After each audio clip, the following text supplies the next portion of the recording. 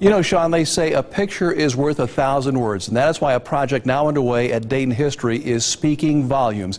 It is a long, painstaking process for the volunteers at the nonprofit group, but along the way, they are uncovering some amazing pieces of our past. It's like, finding something in grandmother's attic, that you didn't know existed. Thousands upon thousands of images. Most of the vintage NCR photos date back to the late 19th century, years before the Great Flood destroyed many of Dayton's historical artifacts. Inside the photo center at Caroline Park, volunteers are now preparing all those photos for organizing. Here's 1906 Patterson School and Steele High School, 1907.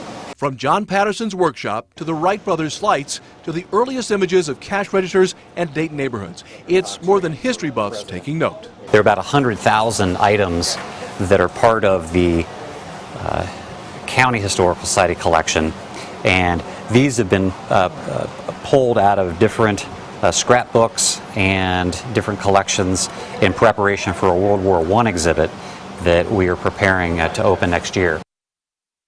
And you saw him there on tape. Here he is now live. Brady Kress, President and CEO of Dayton History, joining us live in the studio. Brady, always great to talk to you. You're such a bright guy, but the sheer volume of these images, I mean, absolutely staggering. How do you begin this process? One photo at a time.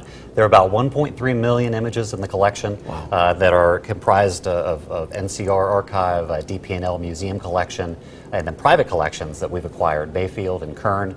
And it's a huge process. We have a wonderful group of dedicated volunteers that come in and help go photo by photo, taking them out of their the sleeves they were in, right, re-sleeving them in acid-free materials, and then taking any kind of identifying marks off of them and transferring them to the new sleeve.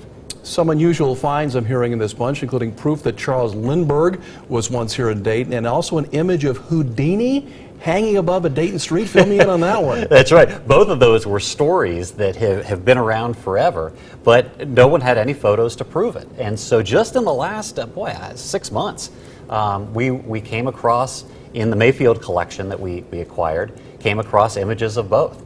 And so very exciting to say, hey, here's a story. We can now justify the story. We can prove the story happened. And it's very exciting to come across things like that. No longer just legends. That's right. We have proof. We have proof. Photographic proof. The good news is that we'll soon be able to see all this hard work that the volunteers are putting in. Tell me about that. Well, we've along with, as long as they're out of the sleeves and we're handling them, if they're glass plate negatives or nitrates, we're digitizing all of those and putting them on our website. So we have about 35,000 images that are searchable and keyworded on the DaytonHistory.org website. On your website, online, yeah, okay. Online on the photo research area. And you can go through and spend hours and hours and hours looking through different images. So you could just type in an address or a city or a subject, and they'll pop on up.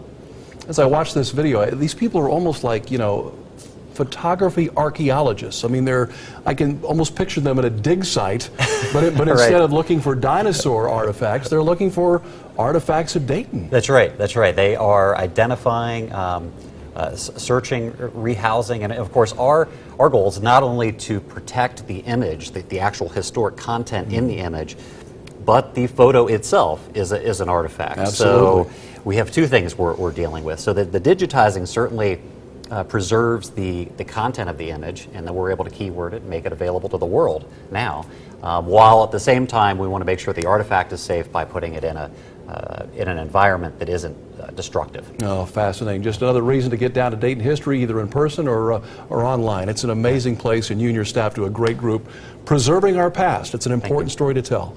Brady Kress, thank you. Thank you.